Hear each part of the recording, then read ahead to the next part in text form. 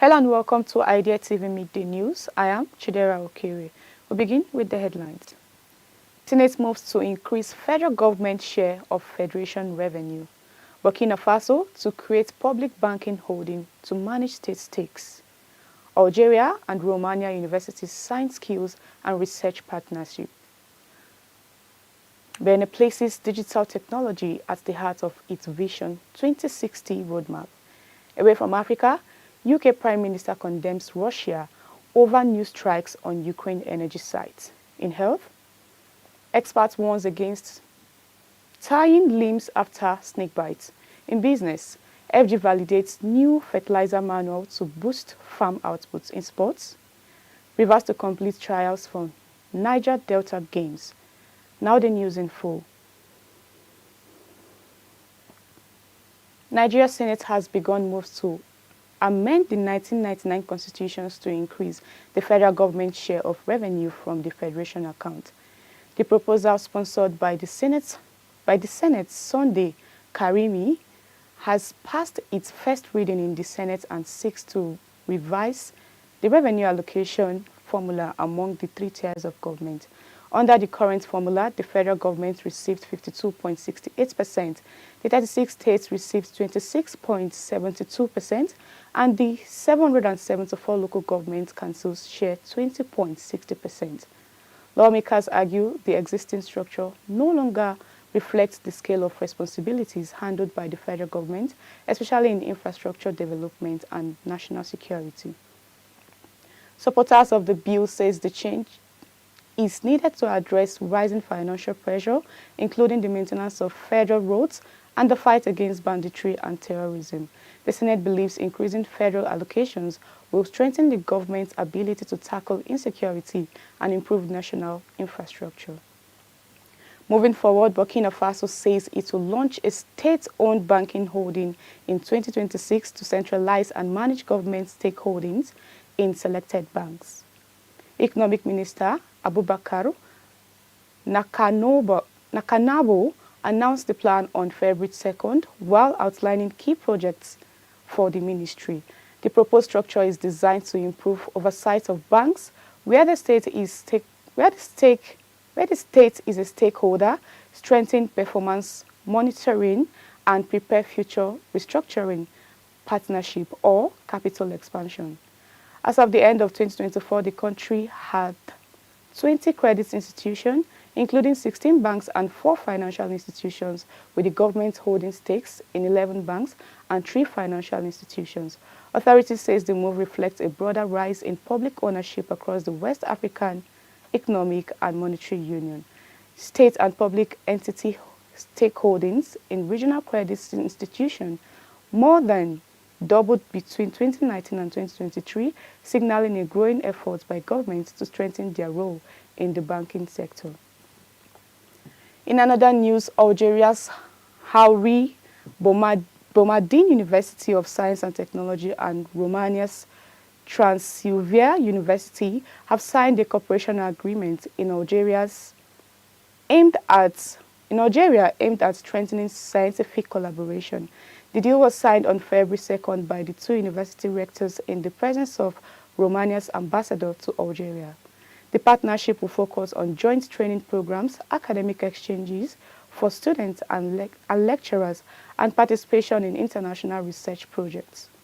Both institutions say the agreement is part of efforts to expand global partnerships and build cooperation based on shared expertise in technology and other academic fields.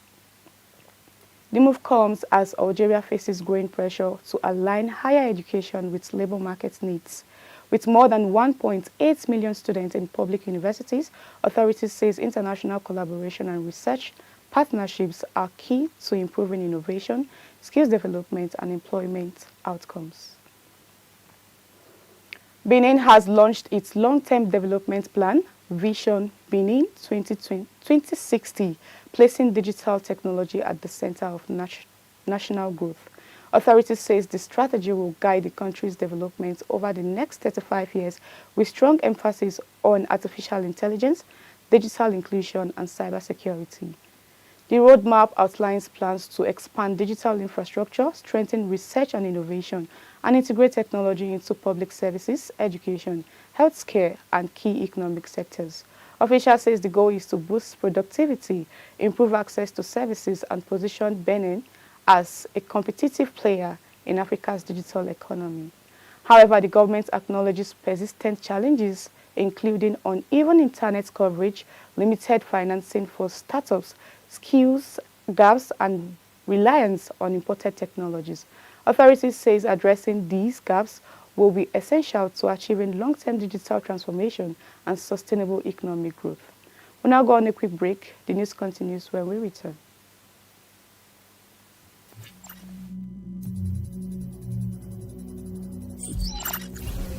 Democratize generative AI. Generative AI, which creates new content like text, images, or music, is becoming more accessible. This trend is enabling businesses and individuals to leverage powerful AI tools without needing deep technical expertise. Tools like DALL-E are already transforming marketing, entertainment, and design. However, as generative AI becomes democratized, concerns about copyright infringement and misuse of content are rising. Welcome back if you are just joining. This is Idea TV Midday News. Now the rest of the stories. Away from Africa, the United Kingdom Prime Minister Sir Keir Starmer has condemned Russia's latest attack on Ukraine's energy infrastructure, describing them as barbaric and particularly depraved. The strikes took place on Monday night after a one-week pause requested by the United States President Donald Trump during extreme winter temperature of -20 degrees Celsius. The attack damaged power plants and critical infrastructure in Kyiv and other cities, leaving more than 1,000 apartment buildings without heating. Residents sheltered in metro stations as authorities set up heating centers and import generators to cope with extended blackouts. Diplomatic efforts to end the war continue, with United States envoys meeting Russian and Ukrainian negotiators in Abu Dhabi. The talks focus on a proposed peace deal, with disputes over Russia, demands for more territory in eastern Ukraine remaining the main obstacle. Moving on to health news now, medical experts have warned that tying a limb after a snake bite can reduce a victim's chances of survival, describing the practice as dangerous and outdated. The advice follows the death of a 26-year-old Nigerian singer who died after a snake bite in Abuja on Saturday. Specialist says the practice concentrates venom at a bite site and can block blood supply, causing severe damage.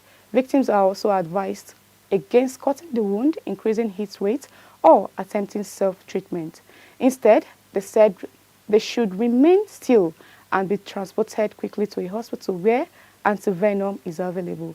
Doctors says the snake bite treatment and research hospital in Gombe treats about 2,500 cases each year with a mortality rate of 0.03 in 2025. However, the high cost of antivenom, now about 250,000 naira per vial, remains a major barrier as Nigeria records about 43,000 snake bite cases and ecological zones. Authorities warn that uniform application often leads to over-fertilization in some areas and under-fertilization in others, raising costs and reducing yields. The new manual marks a shift towards precision agriculture, promoting site-specific and scientifically backed fertilizer use. The government says the approach will help increase yields, improve farmers' livelihoods, support sustainable farming, and tackle micronutrient deficiencies linked to hidden hunger, while aligning with existing national food security and agricultural development policies. And finally, in sports, Rivers State is set to conclude its trials for the second edition of the Niger Delta Games on January 7th, when the football team will be selected. The trial began on 2nd of February with athletes competing across multiple sports in Port Harcourt. Competitions have been held in chess, table tennis, and Scrabble, while handball and wrestling followed. Volleyball and taekwondo are continuing, with swimming and powerlifting next. before basketball, boxing, and weightlifting round off the trial. Official says athletes have shown strong commitment ahead of the Niger Delta Games, which will take place in Benin City from February 20th to February 27th. More than 3,000 athletes and 500 officials are expected to take part in the regional grassroots sports program. And that's all we have for you today on Idea TV Midday News. But before we go, here is the recap of the headlines. Senate moves to increase federal government share of federation revenue. Burkina Faso to create public banking holding to manage stakes. Algeria and Romania universities sign skills and research partnership. Benin places digital technology as the heart of its Vision 2060 roadmap. Away from Africa, UK Prime Minister condemns Russia over new strikes on Ukraine energy sites. In health, experts warns against tying limb after snake bite. In business, FG validates new fertilizer manual to boost farm outputs. And finally, in sports, Rivers to complete trials for Niger Delta Games. Do not forget to follow us across all social media platforms at Idea Television. I am Chidera Okiri. Thank you for watching.